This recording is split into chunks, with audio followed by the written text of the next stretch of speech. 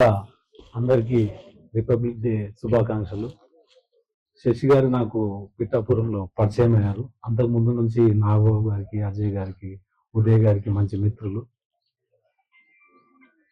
ఏమంటా అంటే అందరు సాయం చేస్తేనే మనం పిఠాపురంలో ఎట్లయితే ఏ రకంగా అయితే గెలిచినామో అది మీకు ఒకసారి తెలియజేస్తాను నేను.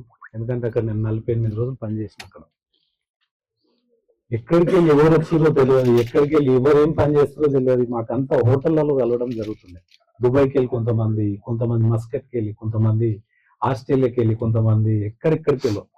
ఎందుకు ఆయన నువ్వు ఇక్కడికి వచ్చినావు అంటే హోటల్లో కలిసినప్పుడు లంచ్కి అన్న నేను 50 ఓట్లు వేసిపోతా అంటే సార్ని కలిసిన సార్ నాకు అవసరం లేదన్న, ఆయన అటువంటి వ్యక్తి దేశానికి అవసరం అని చెప్పి అటువంటి ఘనత మన జనసేన అధినేత శ్రీ పవన్ కళ్యాణ్ గారు. అది అందరి వల్ల కాదు, అందరూ ఏదో డబ్బులు ఇచ్చి రాజకీయాలు చేస్తారు కానీ ఆయన అభిమానంతో రాజకీయం చేయడం మనందరికి నేర్పించారు. మనమంతా ఈరోజు ఇంతమందిని ఒక్కొక్కరు పరిచయం అయినామంటే ఆయన వాళ్ళే. ఇలా పవన్ కళ్యాణ్ గారి భావాలని మనం తెలంగాణలో కూడా బలంగా తీసుకెళ్దాం. మీ అందరి సహకారాలు కావాలి. ఎందుకంటే మన జూబిల్స్ లో చిన్న ఆఫీస్ ఉండే అక్కడ నుండి ఇక్కడ షిఫ్ట్ చేయడం ఇది దూరం కావచ్చు, కానీ అర్థం చేసుకోవాలి మనకున్న ఓనర్లు ఎంత, మనకున్న సంఖ్య ఎంత, దాన్ని బట్టి ఇక్కడ తీసుకోవడం జరిగింది. సిటీలో కూడా ఎలక్షన్ ముందు మేము ఒకటి చూస్తున్నాము. ఒకవేళ అయిపోతే అక్కడ ఇంకా మిగతా 2-3 జిల్లాల్లో కూడా ఒక ఆలోచన ఉంది. మనం బలంగా వెళ్దాం. ఇక్కడ కూడా 2028లో జనసేన జెండా 100%. ఎందుకంటే మన నాయకుల్లాగా రాజకీయాలలో ఎవరు లేరు. అంత కమర్షియల్, అంత కరప్టెడ్ పొలిటీషియన్స్ తప్పితే మన నాయకుల్లాగా వైట్ పేపర్ అనే వ్యక్తి ఒక్కరు లేరు. యావత్తు రాష్ట్రాలు కాదు దేశమంతా మన నాయకుల వైపు చూస్తుంది. మనం తెలంగాణ సైనికులంతా మన నాయకత్వం ఏదైతే పవన్ కళ్యాణ్ గారి నాయకత్వంలో మనం ముందుకెళ్దాం. రేపు ఇక్కడ ఉన్న వాళ్ళంతా నాతో పాటు నేను ఇది ఏపీలో కూడా నేను ఇదే రకంగా చెప్పేటోని అందరితోటి. 2014లో పార్టీ పెట్టినప్పుడు 2016లో కంటెంట్ రైటర్స్ అనలిస్ట్ లో ఒక ప్రోగ్రామ్ జరిగేటప్పుడు నాతో పాటు పనిచేసిన వాళ్ళంతా ఈరోజు ఎమ్మెల్యేలు, మంత్రులు, చైర్మన్లు, బోర్డు మెంబర్లు అంతా అయిపోయారు. ఇక్కడ ఉన్న వాళ్ళు కూడా అదే రకంగా రేపు ఏదైనా కావచ్చు. రాజకీయాలల్లో ఊహించలేం మనం. మేము కూడా అనేక సమస్యల మీద పోరాటం చేసినప్పుడు మన రాజలింగం గారు ఉన్నారు, దామోదర్ రెడ్డి గారు ఉన్నారు, అందరూ ఉన్నారు. మేము గద్దార్ చనిపోయినప్పుడు అదే ఎల్బీ స్టేడియంలో మేము అక్కడ ఉన్నప్పుడు రేవంత్ రెడ్డి గారు సార్ని ఒకసారి కలుస్తా అని చెప్పడం జరిగింది. ఆ రోజు నేను కలిపేయడం జరిగింది. ఆయన ఇలా ముఖ్యమంత్రి అవ్వడం జరిగింది. అంటే సార్కున్న ఆ ఒక్క గొప్పతనం అది. అంటే ఆయన చుట్టూ రాజకీయాలు రాబోయే రోజుల్లో తిరుగుతున్నాయి. మీరు ఊహించరు. మనము ఈ రోజు నేను చెప్తున్నా, దేశానికి ఒక వ్యక్తి కావాలంటే అది పవన్ కళ్యాణ్ గారని చూస్తుంది. ఉన్న రాష్ట్రాలన్నీ తెలంగాణలో కూడా మనం ఏమన్నా చిన్న ఇబ్బందులు నా వల్ల ఉన్నా ఇంకెవరి వల్ల ఉన్నా పక్కకు పెట్టి పార్టీని ముందుకు తీసుకెళ్లేలాగా ప్రయత్నం చేయండి ప్లీజ్. ఇది నా పర్సనల్ రిక్వెస్ట్. గ్రూపులు ఏం కాదు, ఎందుకంటే నేను చాలా మందిని చూసిన ఎవరెవరు ఇండిపెండెంట్ గా పోటీ చేసిన వాళ్ళకి ఏమేమి ఓట్లు వచ్చినాయో నాకు తెలుసు. రాజకీయాలు పార్టీ ప్రెసిడెంట్ గారికి చూసి ఓట్లు వేస్తారు కానీ నన్ను ఇంకెవరినో చూసి ఓట్లు మాత్రం వేయరు. దయచేసి అర్థం చేసుకోండి. ఇండిపెండెంట్ రాజకీయాలు మన పార్టీలో పనికి రావు. ఆయన గురించి నాకు తెలుసు, నా గురించి ఆయనకు తెలుసు, మిగతా వాళ్ళ గురించి ఆయనకు పరిపూర్ణంగా అవగాహన ఉంది. మీరు అదొకటి అర్థం చేసుకుంటే సాఫ్ట్ గా మనం వెళ్ళిపోవచ్చు. ఇక్కడ ఇబ్బంది ఏమవుతుందంటే గ్రూపులు అయిపోతున్నాయి.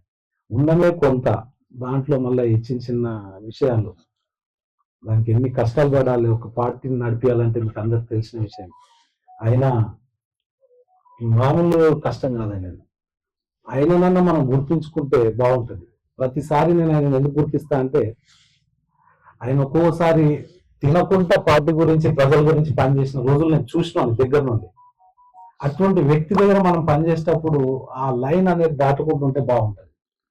కొంతమంది నాయకులు వస్తుంటారు పోతుంటారు కానీ మనం మాత్రం ఈ రకంగా ఉండిపోతాం. మనం అది గుర్తుపెట్టుకోవాలి. చాలా మందిని చూసిన నేను పార్టీలో నిస్వార్థంగా పనిచేసే వ్యక్తులు, నిస్వార్థంగా పనిచేసే పార్టీకి కార్యకర్తలను ఆయన వదులుకోవడం, మంచి అవకాశం ఇస్తాడు. అది మాత్రం నేను బలంగా చెప్తున్నాను మీ అందరికీ. అది ఒకటి అర్థం చేసుకోండి. రాబోయే రోజుల్లో పార్టీని బలంగా తీసుకెళ్దాం. ఇక్కడ నుంచి జాయినింగ్స్ ఉంటాయి, కొత్త వ్యక్తులు వస్తారు. మళ్ళీ మీరు ఇబ్బంది పడద్దు. చాలా మంది జాయినింగ్ కి మమ్మల్ని అడుగుతారు. మేము కొన్ని ప్రోగ్రామ్స్ ఇండివిజువల్ గా తీసుకుంటాము. కొన్ని జిల్లాల నుంచి వస్తారు. మీరు అన్న మాకు తెలియకుండా ఎట్లా తీసుకుంటారు అనేది ఎవరు ప్రశ్నించొద్దు. దయచేసి ముందే చెప్తున్నా నేను. ఈ రోజు ఇది ఈ 26 జనవరి కూడా ఇక్కడ చేయడానికి కారణం మీకు అందరికి తెలియజేయడానికి మేము ఏమేమి చేయబోతున్నామని. రేపు గ్రేటర్ నుంచి కొంతమంది జాయిన్ అవుతారు, జిల్లాల నుంచి జాయిన్ అవుతారు. మీరు ఎవ్వరు దయచేసి ప్రశ్నించరు. నన్ను మిమ్మల్ని చూసి ఎవరు రావట్లేదు, పార్టీ ప్రెసిడెంట్ గారిని చూసి వస్తారు. మీరు మాత్రం ఎక్కడ ఆపకండి, వాళ్ళతో కలిసి ప్రయాణం చేసి ప్రయత్నం చేయండి. ఎందుకంటే మనతో పార్టీ ఆగిపోవద్దు. ఒక పార్టీ ముందుకు పోవాలంటే అనేక మంది త్యాగాలు ఫలితమే ఈరోజు పొలిటికల్ పార్టీస్ ఉంటాయి. మహాత్మా గాంధీ గారు అప్పటి వాళ్ళు ఉద్యమాలు చేసి మన గురించి స్వాతంత్రం తేవడానికి ఎంత ప్రయత్నం చేస్తే ఈరోజు మన దేశంలో ఇంత స్వేచ్ఛగా తిరగలుగుతున్నాం, ఇంత హక్కుల గురించి పోరాటగలుగుతాం, మంచిగా ఎక్కడన్నా ఈ దేశంలో తిరిగే హక్కు మనకు ఉంటుంది. అటువంటి వ్యక్తి మన జనసేన అధినేత శ్రీ పవన్ కళ్యాణ్ గారు. అటువంటి దగ్గర పనిచేస్తుంది. దయచేసి మీరు నా ఆయనకి ఏదైనా మాట్లాడుకున్నా మళ్ళీ నా దగ్గరికి వస్తుంది, రాజీవ్ గారి గురించి ఏదైనా మాట్లాడుకున్నా నా దగ్గరికి వస్తుంది. ఒక వ్యక్తి ఒకళ్ళు చెప్పినాక ఆ వ్యక్తి మళ్ళీ ఇంకోటి చెప్పరని గ్యారెంటీ ఏమిటో చెప్పండి.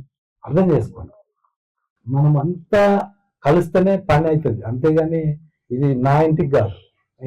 మనం పార్టీ ముందుకు పోవాలంటే ఒక 1000 మంది మనం ఏదైనా ఒక చిన్న ప్రోగ్రామ్ చేసినాం. మన కుక్కపల్లి చేశారు, నాకు కాల్ చేసారు నాగేందర్ గాని శంకర్ గారు కానీ కాల్ చేయగానే నేను అందుబాటులో ఉన్న వెళ్ళగలిగిన.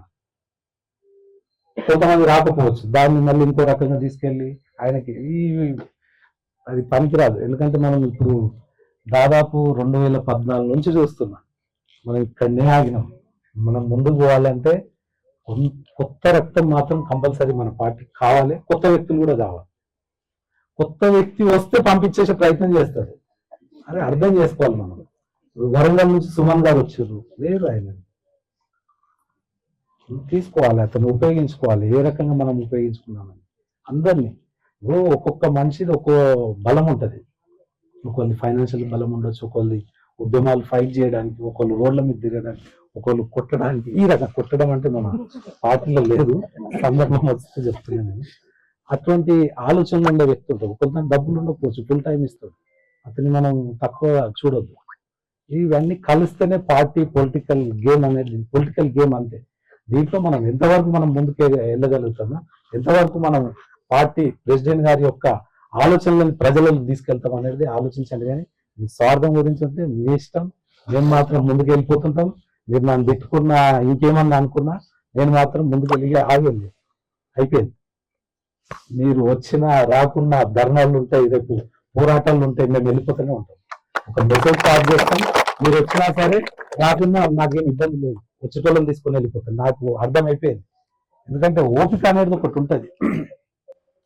రకరకాలు చెప్తుంటారు కానీ అవన్నీ రాజకీయాలలో పనికిరావు. రాజకీయాలలో మనం ఒక గోల్ రీచ్ అవ్వాలంటే మనం ముందుకు ప్రయాణం చేస్తున్నారు. సో మీ అందరి సహకారం ఉంటుందని నేను మనస్ఫూర్తిగా నమ్ముతూ, మళ్ళా మనం 15th ఆగస్టు ఉగాది లోపు పెద్ద ఎత్తున ఇంకా ఇది షెడ్ అదంతా వేసుకొని ఇక్కడ అంతా నీట్గా చేసుకొని సార్ని ఇక్కడ పిలిచి మనందరం ఒక మీటింగ్ పెట్టుకొని ఆయనతోటే ఈ కార్యాలయాన్ని ఓపెన్ చేసేలాగా నేను ప్రయత్నం చేస్తా.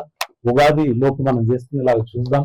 అప్పుడు అది కూడా చెప్తున్నాం మీకు, ఇక్కడ ఎవరైతే పార్టీకి పని చేస్తారో, ఎవరైతే ఎప్పటి నుంచి ఉన్నారో వాళ్ళకే ఇన్విటేషన్ ఆ రోజు ఉండొచ్చు.